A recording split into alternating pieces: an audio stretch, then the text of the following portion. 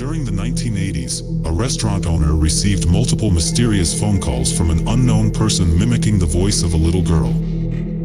The mysterious caller would often threaten to kill Bashir and his entire family, and if that wasn't chilling enough, these calls kept coming for more than 9 years.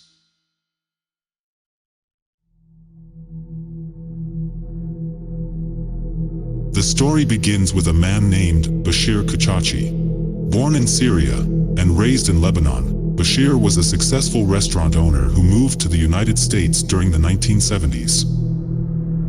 By 1983, Bashir and his sister had opened up the Moroccan-themed restaurant, Marrakesh, which had separate establishments in Philadelphia and Washington, D.C. While the Washington restaurant was still under construction, a phone line was installed, and Bashir started receiving multiple calls in which there would only be silence on the line.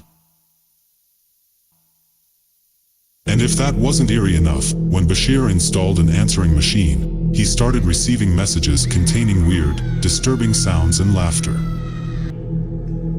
After the restaurant opened, the calls continued and escalated into harassment.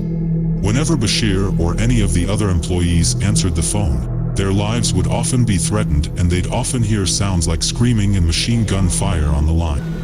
The callers started mentioning specific details about Bashir's personal life to suggest they knew him personally and were watching him. Since a large number of calls featured recordings of a child's voice, the caller earned the nickname L'Enfant, which means the child in English.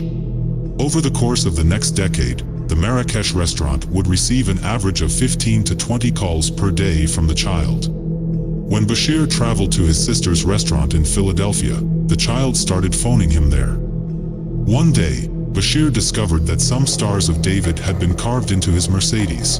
And on another occasion his Jeep started overheating and he discovered that someone had tampered with the spark plug wires, which came close to igniting the fuel lines.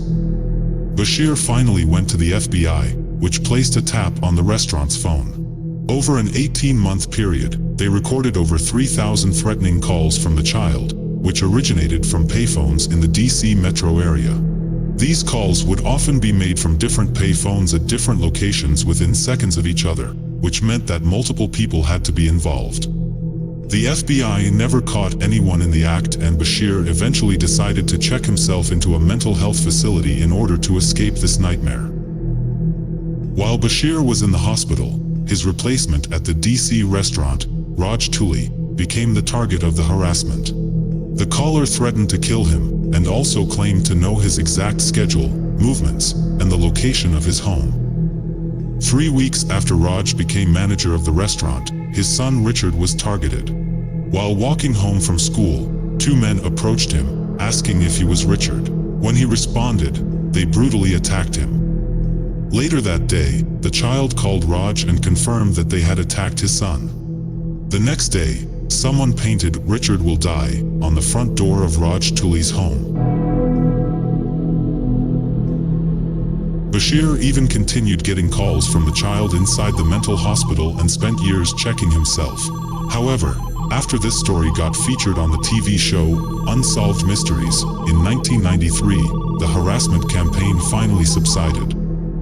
Bashir checked out of the hospital for good, but no one ever discovered the identity of the child.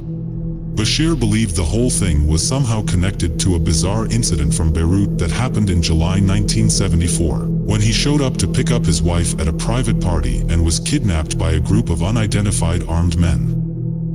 These men held Bashir prisoner at a Palestinian refugee camp and accused him of working for the CIA. They proceeded to interrogate and torture Bashir for the next 5 days before he attempted suicide by slashing his wrists. Believe it or not, Bashir's kidnappers actually took him to a hospital for medical attention and he was able to secure his release. Bashir believed that the Palestine Liberation Organization was responsible for his abduction and maintained he was an innocent victim of mistaken identity, but suspected the incident was somehow connected to his ordeal with the child. It's worth noting that Bashir found himself at the center of controversy in 2002 when he paid to publish an ad for the Marrakesh restaurant in the Washington Post, and it contained the line, "Have Zionists turned Jewish beliefs into a political party in the service of hatred and greed?" By this point, Bashir was convinced that the Jews and the Israeli government were responsible for his 1974 kidnapping and the subsequent harassment from the child. The ad drew a massive backlash, and for years, Bashir ran an extremist socio-political website filled with anti-Semitic, racist, homophobic, and misogynist rants. It's been debated if Bashir always held these views and did something to anger the child, or if his extremist behavior might be the direct result of the child's harassment campaign, which took a severe toll on his mental health. Either way, the full story behind the child, or l'enfant, remains unknown. If you enjoyed this episode, please subscribe, hit the like button, and stay tuned for more videos in the near future.